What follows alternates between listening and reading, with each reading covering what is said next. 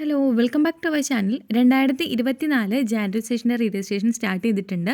നിലവിൽ ലാസ്റ്റ് ആയിട്ടുള്ളത് ജാനുവരി 29 കേട്ടോ. അപ്പോൾ എന്താണ് രജിസ്ട്രേഷൻ, ആർക്കൊക്കെ ചെയ്യാൻ പറ്റും, എത്രയൊക്കെയാണ് ഫീസ് എന്നൊക്കെ ഓൾറെഡി നമ്മൾ ലെങ്തി വീഡിയോസ് ഇട്ടതാണ്. അപ്പോൾ ആ കാര്യത്തിൽ എന്തെങ്കിലും ഡൗട്ട് ഉണ്ടെങ്കിൽ വീഡിയോ ഞാൻ ഡിസ്ക്രിപ്ഷനിൽ കൊടുക്കുന്നുണ്ട്, ചെക്ക് ചെയ്ത് നോക്കിക്കോളൂ കേട്ടോ. അതുപോലെ തന്നെ രജിസ്ട്രേഷൻ സർവീസ് നമ്മളിവിടെ ചെയ്ത് കൊടുക്കുന്നുണ്ട്. നമുക്ക് സർവീസ് ചാർജ് 100 രൂപ അപ്ലിക്കബിൾ ആണ്. അപ്പോൾ വാട്സപ്പ് നമ്പർ ഞാൻ കമൻറ്റ് ബോക്സിനകത്ത് കൊടുക്കുന്നുണ്ട്. ആർക്കെങ്കിലും ഇഗ്നോളൻസിൻ്റെ സർവീസ് ആവശ്യമുണ്ടെന്നുണ്ടെങ്കിൽ അതിനകത്തേക്ക് വാട്സപ്പ് ചെയ്യുകയാണെങ്കിൽ നമ്മൾ ചെയ്ത് കൊടുക്കുന്നതായിരിക്കും കേട്ടോ. രജിസ്ട്രേഷൻ ചെയ്യുന്ന പ്രോസസ്സും രജിസ്ട്രേഷൻ ശേഷമുള്ള കാര്യങ്ങളൊക്കെ നമ്മൾ ഓൾറെഡി അവർക്ക് പറഞ്ഞു കൊടുക്കുന്നതായിരിക്കും. പക്ഷെ പല ആൾക്കാർക്കും, അതായത് ഇഗ്നോളൻസ് വഴി അല്ലാതെ ചെയ്യുന്ന ആൾക്കാർക്ക് ഇതിനെപ്പറ്റി വലിയ ധാരണ ഉണ്ടാവില്ല. അപ്പോൾ ഞാൻ കമൻറ്റ് ബോക്സിനകത്തൊക്കെ കണ്ടു, രജിസ്ട്രേഷൻ ചെയ്തു, സക്സസ് ആയി എന്നൊക്കെ പറഞ്ഞ് മെസ്സേജൊക്കെ വന്നു.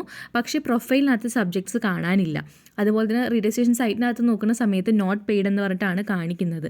എനിക്കിതുവരെയായിട്ട് മെയിൽ വന്നിട്ടില്ല. ഇങ്ങനെ ഒരുപാട് മെസ്സേജസ് കണ്ടു. അതുകൊണ്ട് മാത്രമാണ് നമ്മൾ ഈ ഒരു വീഡിയോ ചെയ്യുന്നത്.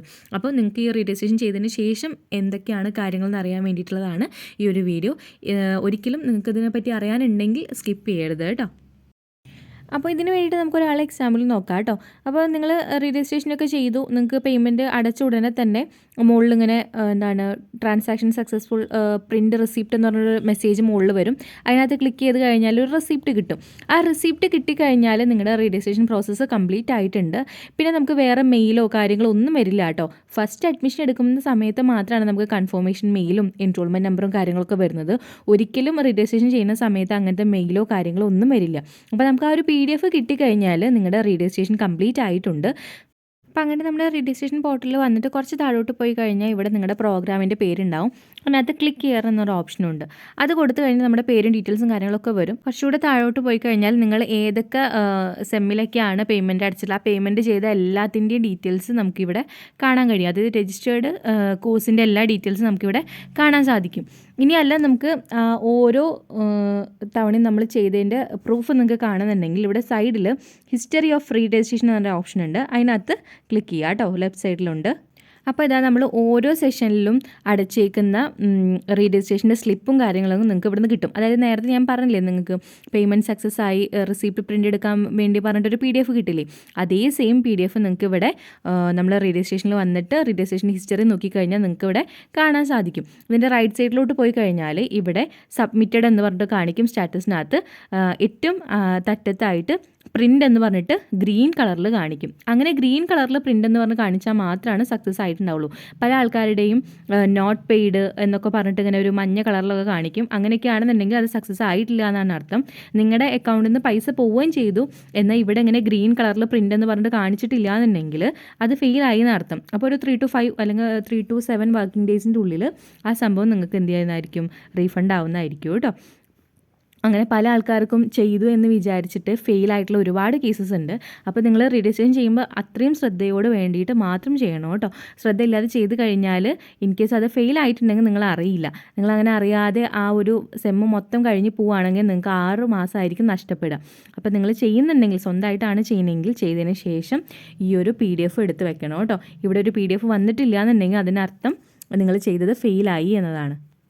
അപ്പോൾ രജിസ്ട്രേഷൻ ചെയ്തത് സക്സസ് ആയോ എന്നുള്ളത് ഇങ്ങനെയാണ് ചെയ്യുന്നത്. പിന്നെ ഞാൻ നേരത്തെ പറഞ്ഞല്ലോ, നമുക്ക് മെയിലും കാര്യങ്ങളൊന്നും വരില്ല. പിന്നെ ബുക്സൊക്കെ ആണെന്നുണ്ടെങ്കിൽ നിങ്ങൾ ബുക്സുള്ള ഓപ്ഷനാണ് കൊടുത്തിട്ടുണ്ടെന്നുണ്ടെങ്കിൽ നിങ്ങൾക്ക് ഫസ്റ്റ് സെമ്മ്, സെക്കൻഡ് സെമ്മ് അല്ലെങ്കിൽ ഫസ്റ്റ് ഇയറിലൊക്കെ എങ്ങനെയാണോ ബുക്ക് വന്നത് അത്രയും ഡിലേക്ക് ആയിട്ടാണ് ബുക്സ് വരുള്ളൂ.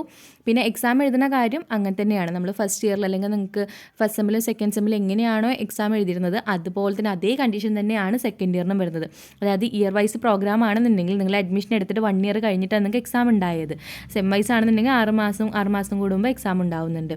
അതുപോലെ തന്നെയാണ് സെക്കൻഡ് ഇയറും വരുന്നത്. ഇപ്പോൾ നിങ്ങൾ സെക്കൻഡ് ഇയർ ആണ് രജിസ്ട്രേഷൻ ചെയ്യണമെങ്കിൽ ഇപ്പോൾ 2024 ജാനുവരി സെഷനിൽ നിങ്ങൾ രജിസ്ട്രേഷൻ ചെയ്തിട്ടുണ്ടെങ്കിൽ 2024 ഡിസംബറിലാണ് നിങ്ങൾക്ക് എക്സാം എഴുതാൻ പറ്റുള്ളൂ.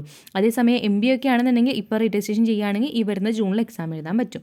ഓക്കെ, അപ്പോൾ നമ്മുടെ പഴയ കണ്ടീഷൻ തന്നെയാണ് first year, second year, third year, അതുപോലെ ഫസ്റ്റ് സെമ്മ്, സെക്കൻഡ് സെമ്മ്, ഇതിനൊക്കെ എങ്ങനെയാണോ നിങ്ങൾക്ക് ബാധകമായിട്ടുള്ളത് അതുപോലെ തന്നെയാണ് രജിസ്ട്രേഷൻ ചെയ്തിട്ടുള്ള ആ ഒരു പ്രോഗ്രാമിനും വരുന്നത് കേട്ടോ. ഓക്കെ, പിന്നെ കുറേ ആൾക്കാർ എന്താ പറയുക, രജിസ്ട്രേഷനൊക്കെ സക്സസ് ആയി. രജിസ്ട്രേഷൻ സൈറ്റിനകത്ത് നിങ്ങൾക്ക് അങ്ങനെ ഒരു PDF കിട്ടി. മാത്രമല്ല അവിടെ നിങ്ങൾക്ക് എല്ലാ സബ്ജക്റ്റും രജിസ്ട്രേഷൻ ചെയ്തൊക്കെ കാണാനുണ്ട്. പക്ഷേ ഇഗ്നോയുടെ പ്രൊഫൈലിനകത്ത് നിങ്ങൾ എൻറോൾ നമ്പറും അതുപോലെ ഡേറ്റ് ഓഫ് ബർത്ത് ഒക്കെ കൊടുത്തിട്ട് ലോഗിൻ ചെയ്യുന്ന ഭാഗത്ത് ആ ഒരു സബ്ജക്റ്റ് വന്നിട്ടേ ഇല്ല. അതായത് ഇപ്പോൾ 2024 ജാൻ രജിസ്ട്രേഷനിൽ രജിസ്ട്രേഷൻ ചെയ്ത ഒരാളാണ്, പക്ഷേ അയാളുടെ പ്രൊഫൈലിൽ ഈ സബ്ജക്റ്റ് വന്നിട്ടേ ഇല്ല. ഇങ്ങനത്തെ ഒരു സിറ്റുവേഷൻ നിങ്ങൾ പേടിക്കേണ്ട കാര്യമില്ല. ഇത് ഇഗ്നോയിൽ കോമൺ ആണ്. നമ്മൾ രജിസ്ട്രേഷൻ ചെയ്ത അന്ന് തന്നെ അതിൻ്റെ സബ്ജക്ട്സ് ഒന്നും ഇവിടെ കാണില്ല. അത് ഇവിടെ അപ്ഡേറ്റ് ആവാൻ വേണ്ടിയിട്ട് 1 മാസം 2 മാസമൊക്കെ ടൈം എടുക്കും. അപ്പോൾ അത്രയൊക്കെ കഴിഞ്ഞിട്ടാണ് നമ്മുടെ ഈ ഒരു ഇഗ്നോയുടെ ഒഫീഷ്യൽ സൈറ്റിനകത്ത് പ്രൊഫൈലിനകത്ത് സബ്ജക്ട്സ് കാണുള്ളൂ. അപ്പോൾ അത് വരാൻ ടൈം എടുക്കും. അതേസമയം നിങ്ങൾക്ക് രജിസ്ട്രേഷൻ ചെയ്ത സൈറ്റിനകത്ത് നിങ്ങൾക്ക് PDF-ഉം അതുപോലെ അതിനകത്ത് സബ്ജക്ട്സ് ഒക്കെ കാണാൻ പറ്റും. പക്ഷേ പ്രൊഫൈലിനകത്ത് അപ്ഡേറ്റ് ആവണമെന്നുണ്ടെങ്കിൽ ടൈം എടുക്കും കേട്ടോ. ഓക്കെ.